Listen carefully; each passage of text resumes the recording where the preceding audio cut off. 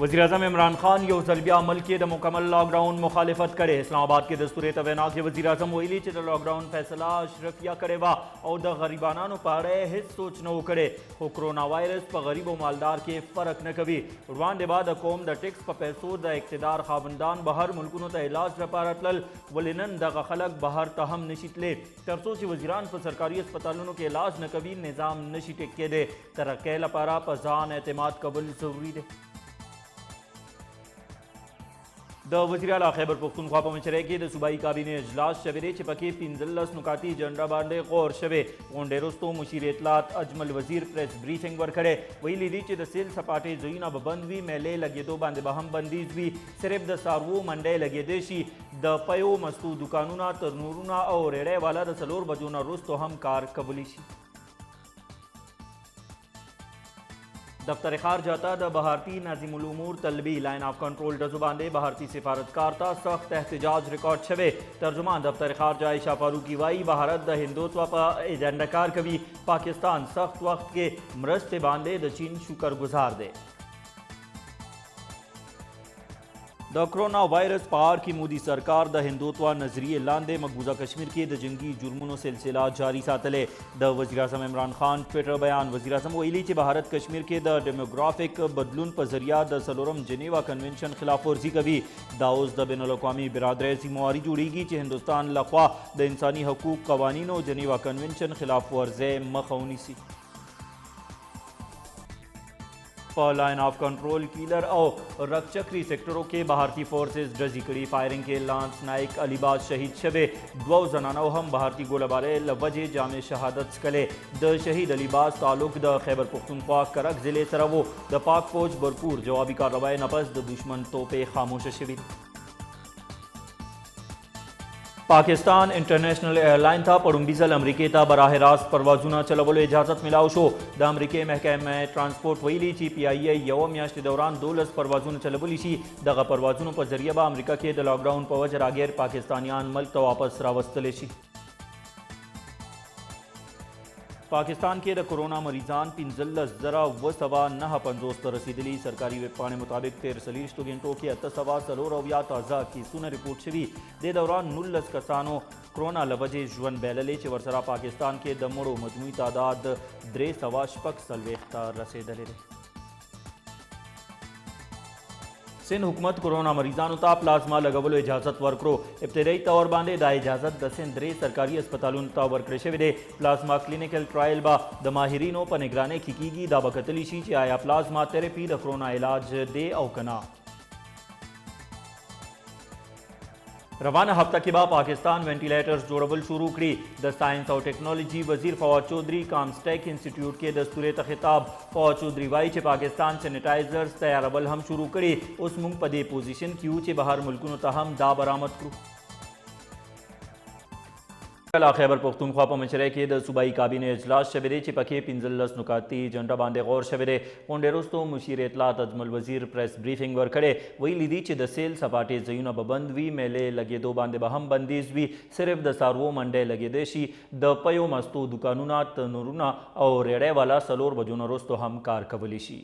اس میں 15 مئی تک توسیع کر دی گئی ہے. تمام ریسٹورنٹ، فاسٹ فوڈ پوائنٹس کی بندش تا حکومت ثانی جاری رہے گا. تمام سیاحتی مقامات تا حکم ثانی اس میں بھی بندش ہوگی. جیلوں میں ملاقات پر پابندی. بین الاقوامی اور بین الاضلاع اور ضلع کے اندر ٹریفک کے نقل و حمل پر تا حکم ثانی جو ہے وہ پابندی جاری رہے گی. مویشی منڈی کو کھولنے پر اصولی اتفاق. تاہم اس فیصلے پہ یہ ہم نے آج 2 فیصلے کیے ہیں.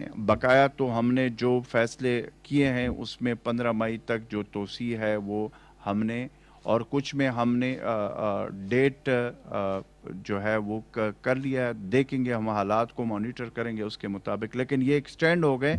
اب جو 2 چیزیں ہیں، جو ایک مویشی منڈی کو کھولنے کا جو ہم نے اصولی اس پہ اتفاق ہوا ہے، لیکن اس کے لیے جو ایس او پیز ہے وہ بنائے جائیں گے، اور اسٹرکٹلی جو ایس او پیز بنائیں گے اس کے اوپر عمل درآمد ہوگا. اور دوسرا جو ہے، پہلے ہم نے آلریڈی تندور اور रेडी वालों को जो हमने 4 बजे तक टाइम की एक्सटेंड पहले दी थी, तो उसका काबीना में आज उसको भी डिस्कस किया गया, वो 4 बजे तक जारी रहेगी, तंदूर और रेडी वाले। और साथ हमने एक और फैसला किया है जिसमें दूध और दही के दुकानें भी 4 बजे के बाद खुली रहने की हमने इजाज़त दे दी।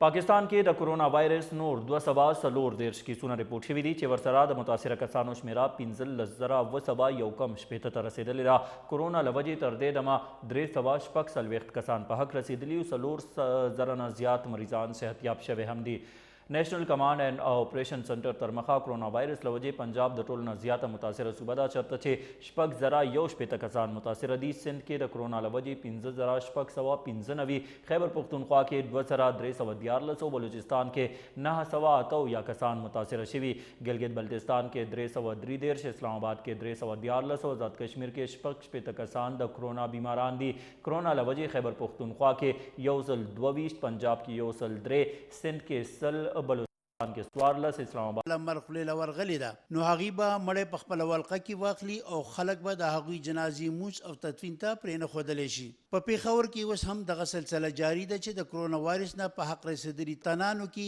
مرګ د کرونا وایرس څرګندولو څخه ډډه کولی شي. د مړه شوي تنانو د کورنۍ او خپل خپلوانو دغه عمل له کبله خلک په درون اکثریت سره د مړو په جنازو کې ګډون کوي. همدغه وجه ده چې د کرونا وایرس مخنیوي په ځای باندې خورېږي. دا هم اطلاعات دي چې د کرونا وایرس نه متاثر شوي تنانو کې زیاتره سرکاري اسپتالونو ته د وړلو څخه ډډه کولی شي او د اتۍ ډاکټرانو په لاس دا هغوی علاج لوی خطرې نه خالی نه دي. د کرونا وایرس نه متاثره تنانو د کورنۍ او خپل خپلوانو خیال دی چې اسپتالونو ته په وړلو باندې نه یوازې مریضان بلکې د کور نور خلک هم کورنټاین کولی شي او علاقه سیل کړی کېږي. که یو خوا د پېښور کې د کرونا خورېدو ذمهدار خلک ګڼلی کېږي، خو ولې بل خوا لاکډاون کې د بې احتیاطۍ نه کار اخیستلی کېږي او تاجران د غیر ذمہدارۍ مظاهره کوي.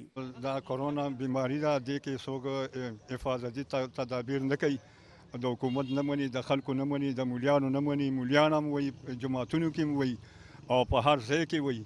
بینک ته راغلي 10 بجې به کلاویږي او 2 بجې بندېږي. امدادونه چې راځي دا کم خوځي.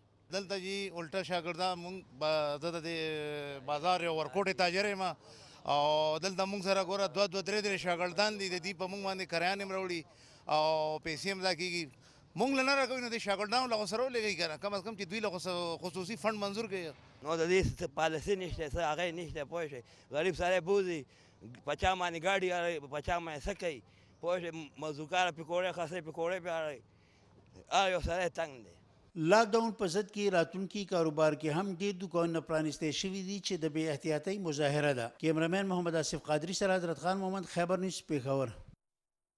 سندھ حکومت لاک ڈاؤن کے د نرمے قبولو باندې غور شروع کړی دی. صوبہ کې د لاک ډاون ورځې تېرېدو وروستو ناکهبندو کې هم کمی راغلی. کراچۍ په شمول سندھ کې لاک ډاون له وجې تعلیمي ادارې او کاروباري مراکز د تېرو شپږو هفتو راسې بند پراته دي. سند صوبه کې لاک ډاون خو اوس پکې دومره سختي نه لیدلی کېږي کومه به چې د لاک ډاون په اوله ورځو شپو کې لیدلی کېده. په داسې حال کې چې سند صوبه کې لا هم لاک ډاون ختم کړی شوی نه دی، خو اوس ځای په ځای نه یوازې هغه ناکې ختم کړی شوي بلکې اضافي نفري هم کمه کړی شوې ده.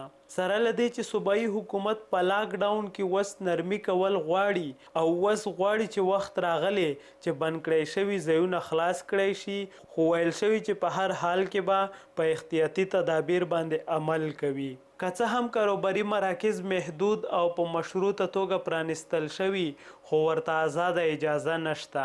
همداسې نوره ځایونه هم احتیاطي تدابیر سره پرانیستل شوي او عملې پکې کارونه هم شروع کړي دي، خو لا هم پبلک ترانسپورټ ترڅنګ ډیر ځایونه او داسې نوره ادارې بند ساتلی شوي دي. سند صوبه کې د کرونا کیسز وروسته هره جمعه 3 غنټو لپاره مکمل لاک ډاون دی که نه. مازدیګر 5 بجو نه تر سهار 8 بجو پورې خلکو په ګرځېدو بندیز دا او دې ته ورته فیصلې د سند حکومت لخوا شوي او وخت په وخت پرې عمل هم کولی کیږي. د صدر پاکستان ډاکټر عارف الوی او سندھ وزیر اعلیٰ ترمنځ کیدونکي ملاقات ملتوي کړې شوې ده. ترجمان سندھ حکومت مطابق صدر مملکت عارف الوی په مشرۍ کې کیدونکي اجلاس هم ځنډولی شوی دی. صدر مملکت ډاکټر عارف الوی او د وزیر اعلیٰ سندھ سید مراد علي شاه ترمنځ نن سهار کراچۍ کې ملاقات کیدونکي وو، ولې ناڅاپه په دغه ملاقات ملتوي کړی شوی دی. د سندھ حکومت ترجمان مرتضی وهاب لخوا ورکړې شوي معلوماتو له مخې نه یوازې د صدر او وزیر اعلیٰ سندھ ترمنځ ملاقات ملتوي کړی شوی، بلکې د ډاکټر الوی په مشرۍ کې کیدونکي اعلیٰ سطحي اجلاس هم ملتوي کړی شوی دی. وزیر اعظم عمران خان ویلي دي چې کرونا وبا نه وروسته موږ ته دا اندازه وشوه چې ملک کې د صحت نظام څه صورتحال دی. اټمي هتیار جوړونکي ملک نن یو وینټیلیټرز نشي جوړولی. عمران خان مطابق تیرو وختونو کې په تعلیم او ریسرچ پیسه نه ده خرچ کړی شوې او د ملک پیداواري صلاحیت هم نظر انداز کړی شوی دی. وزیر اعظم عمران خان اسلام آباد کې کامسټیک دورې په موقع خطاب کړی. خطاب دوران یې ویلي دي چې کرونا موږ ته وښوده چې پاکستان کې د صحت شعبه څومره کمزورې ده. تیر حکومتونو د صحت په شعبه کې کار نه دی کړی او هر لیډر به هر ملک نه خپل علاج کړی دی. د وزیر اعظم عمران خان وینا وه چې تیر وختونو کې په تعلیم او ریسرچ پیسه نه ده خرچ کړی شوې او د ملک پیداوار صلاحیت هم نظر انداز کړی شوی دی. عمران خان زیاته کړې ده چې هغه قومونه ترقي کوي کوم قومونو کې چې خود اعتمادي وي. عمران خان مطابق زموږ حکومت به خلکو ته ویژن ورکوي او دغه ویژن به یو طبقې لپاره نه